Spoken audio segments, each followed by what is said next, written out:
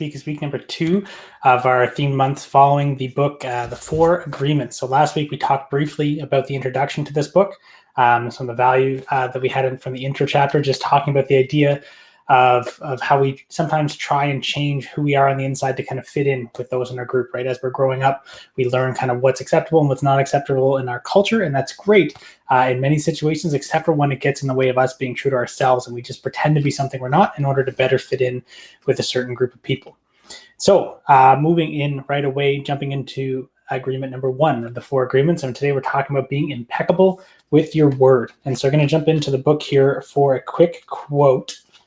And so being impeccable with your word is not using the word against yourself. So very, very simple concept, and I'm going to break it down into two different pieces. The first one being that if you use your words to be mean to somebody else, you might think that you're being mean towards that other person, right? Like if you tell somebody that they're wearing a silly shirt or something like that, let's say is our example for today. Yes, you're being mean to that other person, but you're also being mean to yourself because likely that person's not going to like you very much anymore going forward. And so the other piece that I want to read here from the book, and then we'll jump into our conversation, is this following quote. If I love myself, I will express that love in my interactions with you, and then I am being impeccable with the word, because that action will produce a like reaction. If I love you, then you will love me. If I insult you, then you will insult me. And if I have given gratitude for you, you will have gratitude for me. And if I'm selfish with you, you will be selfish with me. If I use the word to put a spell on you, you're going to put a spell on me. So there you go.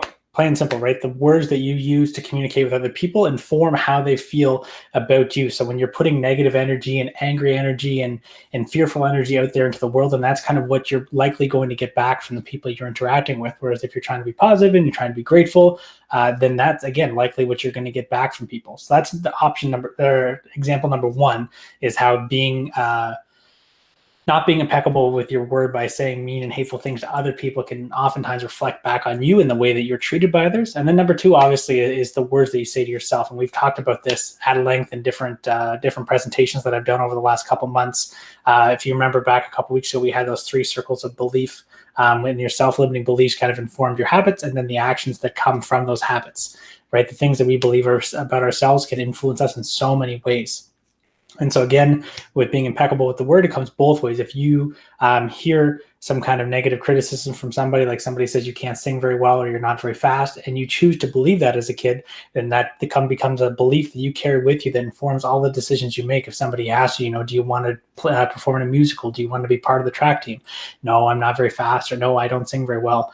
And whether that's true or not, you've chosen to believe it because somebody said it to you. So you have to be aware of the words that other people are saying to you and whether or not they're true and valuable to you as they're coming in. So being critical of that information, and then also what you're saying to yourself, right? Because a lot of times what carries on that self-limiting belief beyond somebody saying it to you is you repeating it back to yourself and taking it in and believing it. Or regardless, something else happens, maybe you say something and it doesn't have the intended consequence with somebody. And so then you think, I'm a jerk, or I said something mean, I upset them. Maybe they're just having a bad day, right? Maybe it had nothing to do with you. But if you start telling yourself that story, then all of a sudden you're believing these thoughts that you're having in your head. So being kind to yourself, also very, very important. It starts with the thoughts that you have in your head. So that shouldn't hopefully be too new of a concept, because we have talked about that in a few different podcasts. This is not podcast, but a couple of these live stream videos. So there you go. Just a little bit shorter one today for you guys. All these agreements are very short and very simple, but so powerful and so valuable.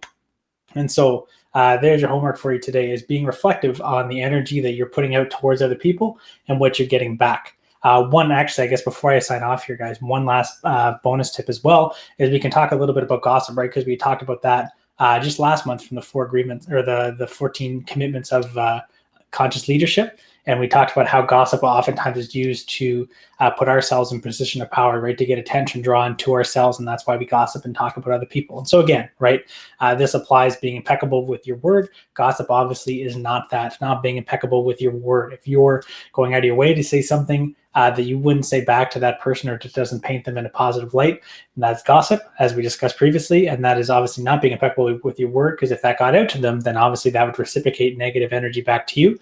And it's just not a very kind way of going through the world, right? Much better to look for the positive in people than always trying to put them down and be negative and jump on their weak spots.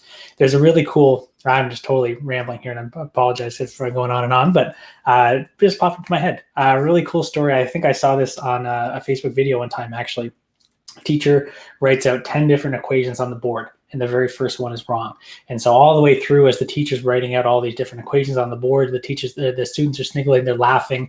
And then finally, after he's done his 10 equations, he turns around and looks at the class and, he says, what's going on? What are you guys laughing at? And one student puts up their hand and says, sir, you got the question wrong. And the teacher stops and smiles at him and says, thank you for letting me know.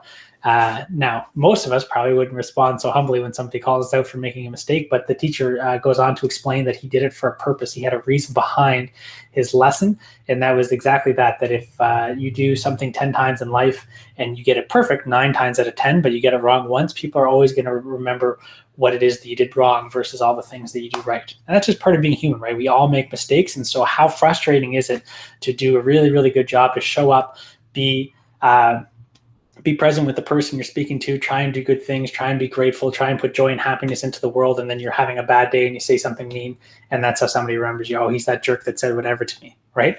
And so that, I think, is the message that I want to leave with you guys today. It's just giving people the benefit of the doubt when you're hearing kind of that negative energy coming towards you, instead of taking that in, believing it to be true, and also believing the person that gave it to you is not such a nice person. What about if they're just having a bad day, right? Is there a chance that maybe they were just having an off day and you just happened to be in front of them, and so you got this, but this energy, this anger, this fear was from something else, wasn't directed to you. So it doesn't have to be true about you. And the fact that they're a mean or angry or fearful person doesn't have to be true about them, right? Just making sure that you get maybe a bigger sample size before you go ahead and judge somebody based on what they say.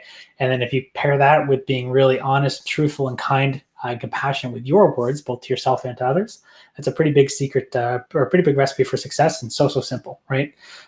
So let's wrap this up for real now. We'll be back here next week, same time, 2:00 every Wednesday for our next episode, and we're going to jump into agreement number 2. A little bit more complicated, a little bit more nuanced, so we'll have a little bit longer of a presentation next week, but simple and easy. Be impeccable with your word. That is agreement number 1, and good luck to you guys all this week as you try and apply that into your lives, and we'll see you back here next week.